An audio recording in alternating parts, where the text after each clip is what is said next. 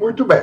Então, agora eu vou introduzir aquele tema com relação a Bolsonaro, que foi um eleitor estratégico em Santa Catarina em 2018, na eleição de Carlos Moisés, e também de Jorginho Mello em 2022.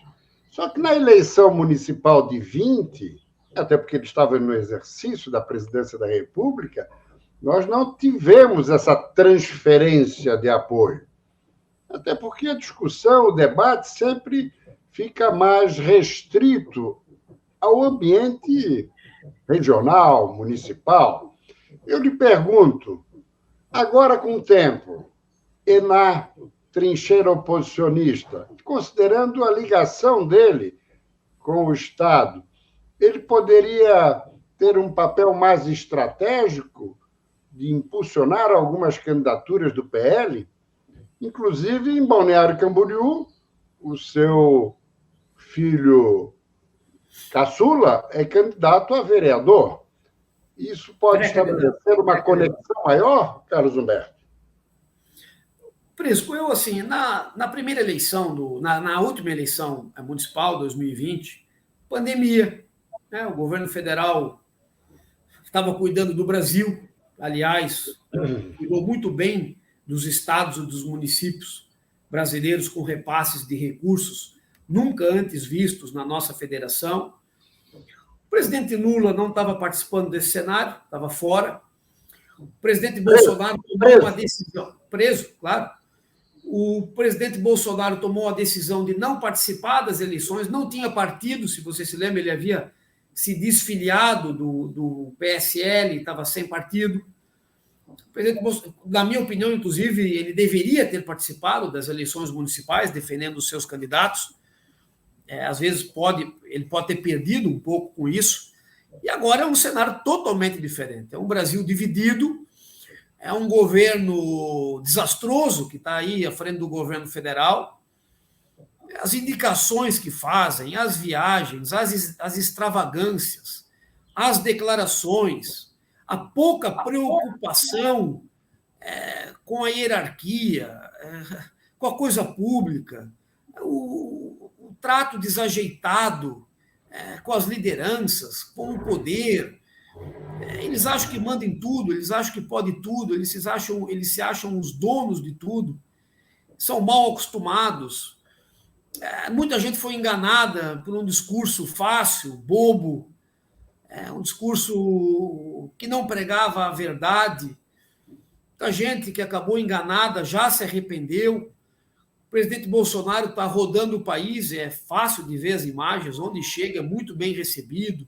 As pessoas pedindo pelo volta Bolsonaro, essa ineligibilidade dele meio falcatrua aí também, que não, sei lá, uma coisa sem pé nem cabeça, uma reunião que ele foi fazer com um embaixador, tornou ele inelegível. Eu particularmente estou tendo muita dificuldade para achar algum problema de ineligibilidade aí, mas a gente é obrigado a respeitar, porque é uma decisão que foi tomada.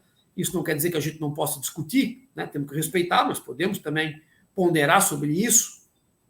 E o presidente Bolsonaro vai estar ativo.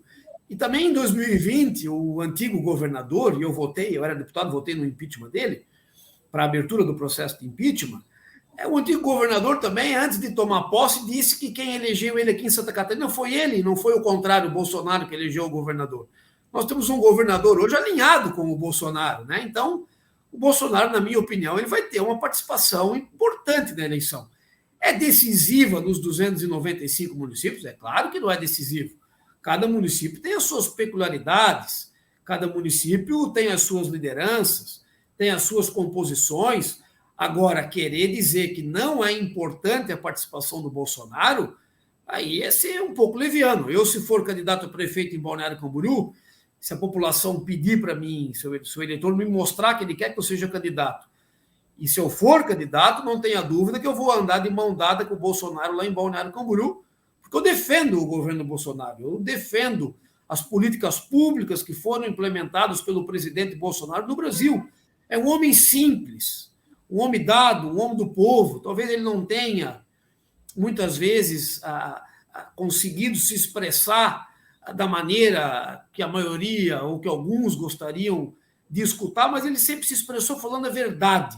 Isso, para mim, é importante. Né? Uma pessoa que não se esconde atrás do toco, fingindo que é o que não é. Né? Ele foi aquilo que ele sempre foi, falando a verdade, enfrentando os problemas do Brasil, se colocando à disposição, um homem sério, honesto. Tomara que ele reverta essa ineligibilidade aí e volte a presidir o Brasil ali na frente. Muito bem. E só para esgotar, a presença do filho como candidato a vereador, isso também ajuda o desafio majoritário? Eu acho que ajuda, né? O filho deve trazer o pai.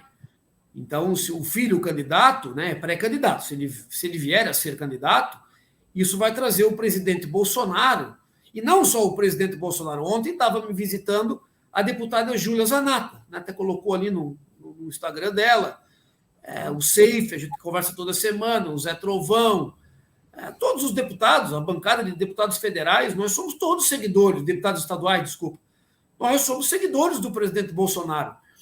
Eu não teria feito os quase 47 mil votos que fiz se não fosse pelo presidente Bolsonaro. Eu não posso cuspir no prato que comi, eu não posso ser desleal com o meu eleitor, eu não posso fazer isso.